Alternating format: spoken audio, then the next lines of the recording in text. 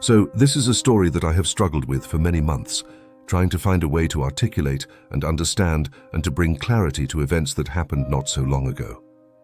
Events so strange and unbelievable that I actually feel foolish making this video. You see, I found myself in a very difficult position. So serious and desperate that I felt compelled to reach out to supernatural forces for help. It is always a wonder to me how cruel and inhumane people can be to each other. And I don't just mean with guns, knives or bombs, although that has its own level of atrocity. I mean in the unjust administration of one's own government, where a policy change, applied retrospectively, can bring ruin and annihilation to someone's life. It was, with some surprise, that I found myself facing an existential threat of such size and magnitude that I would be left bankrupt, homeless, and penniless for no really particularly good reason, as I hadn't actually done anything wrong. I slipped into despair so dark I was prescribed antidepressants and needed counseling.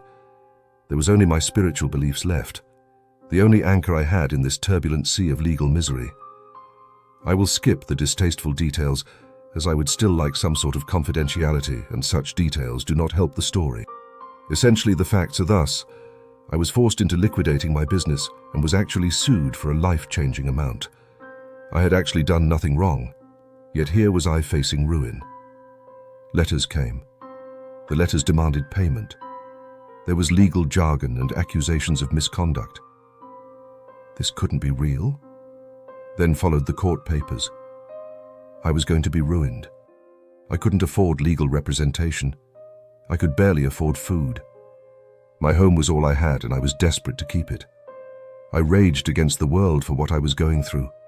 I didn't know what to do. There were no options left, no practical avenue left open to me. It was then that I remembered the Goetia, a book I had always feared. Demons are not necessarily popular, even amongst the most enlightened individuals. Demons to me represented a line I was scared to cross, but if I was honest, I had always wanted to. I would send a demon, I declared, to destroy them. I would curse my accusers, damn them to hell. I would send something horrible, something ghastly, something to fill them with horror. My heart was full only of maleficence and hate. The demon I chose was Duchess Bune. I found out later this was the wrong choice to fulfill that mission, but was probably the correct entity to fulfill what I needed. I had been drawn to Bune for some time, but had never found the courage to evoke a demon. I didn't realize how approachable and, quite frankly, lovely Bune was. I planned the ceremony. I drew a sigil, crudely by hand. I lit candles and made a pathetic offering of chocolate, oranges, and sandalwood incense. All my overdraft would stretch to. I chanted, "Wele mela navaj Bune tasa," over and over, hoping that the spirit would hear me, hoping the spirit would notice me in my misery and help. I chanted and chanted on, staring at the sigil I had drawn. On I chanted, "Wele melan avag Bune tasa." And then I felt it, an immense presence. It was huge, simply huge. I know no other words to describe it. I cannot overemphasize that enough. I got the familiar chills, which meant that spirit was close, but this was enormous. I was on the brink of panic. I wanted to flee, to run from the room, run from the house, and never go back. What had I done? I took the paper with my scribbled request, and I burnt it in the flame of one of the candles. I called the request out loud. There, I had done it. I had summoned the demon and tasked it. I was still on the brink of panic and stepped away from the circle. The energies were too intense. As I did so, I looked back at my makeshift altar, and then something else happened. Something beyond all expectation and belief. I knew something had come. Something was with me. And then the vision started.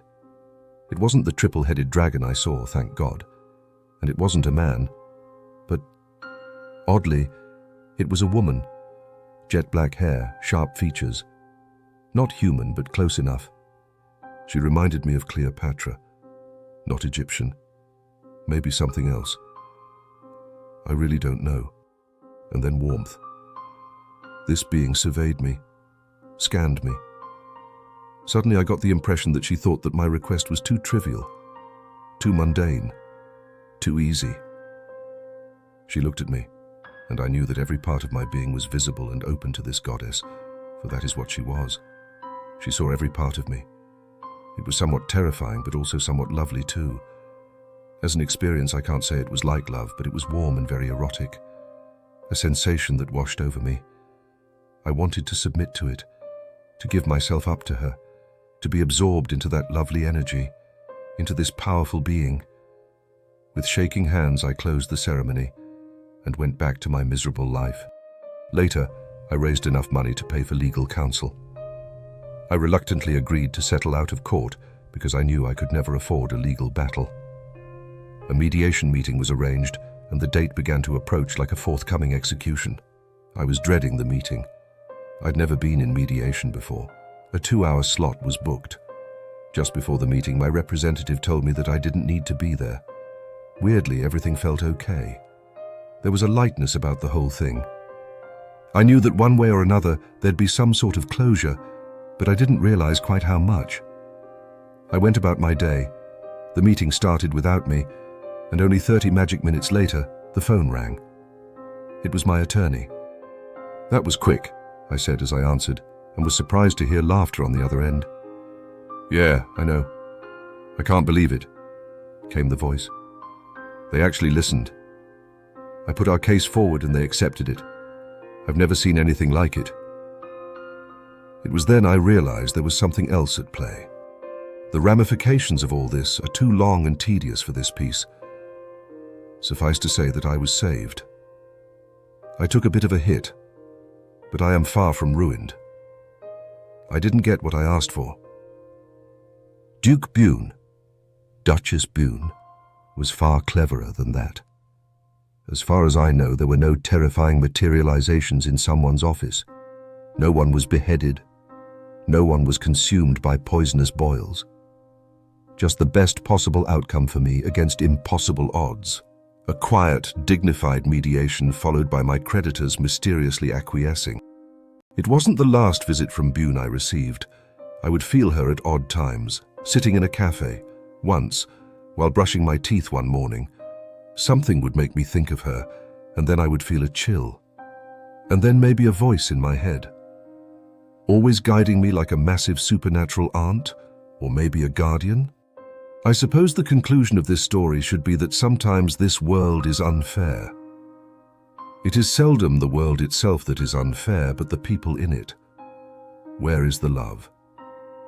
If you find yourself powerless and cornered, whether by circumstances or by a bully, then perhaps give a demon a try. I cannot recommend Duke Bune enough. In fact, for any problem I would try her first. She is famous for being friendly and generous. If you don't want to risk a full ceremony, try Demonic Pathworkings by Jareth Tempest. It is far gentler in my experience. However, if things are difficult, then light a candle and simply ask for help. Bune is a magnificent being of extraordinary power and will help when asked. Her wisdom knows no bounds, for she is an ancient spirit, and to me, she is no less than a goddess. This video is obviously dedicated to her and her magnificence. A word on respect. Given the sheer power of these beings, I would be careful not to approach them for trivial matters or experimentation, but if life has you cornered, they will help. Trust me, hail Bune.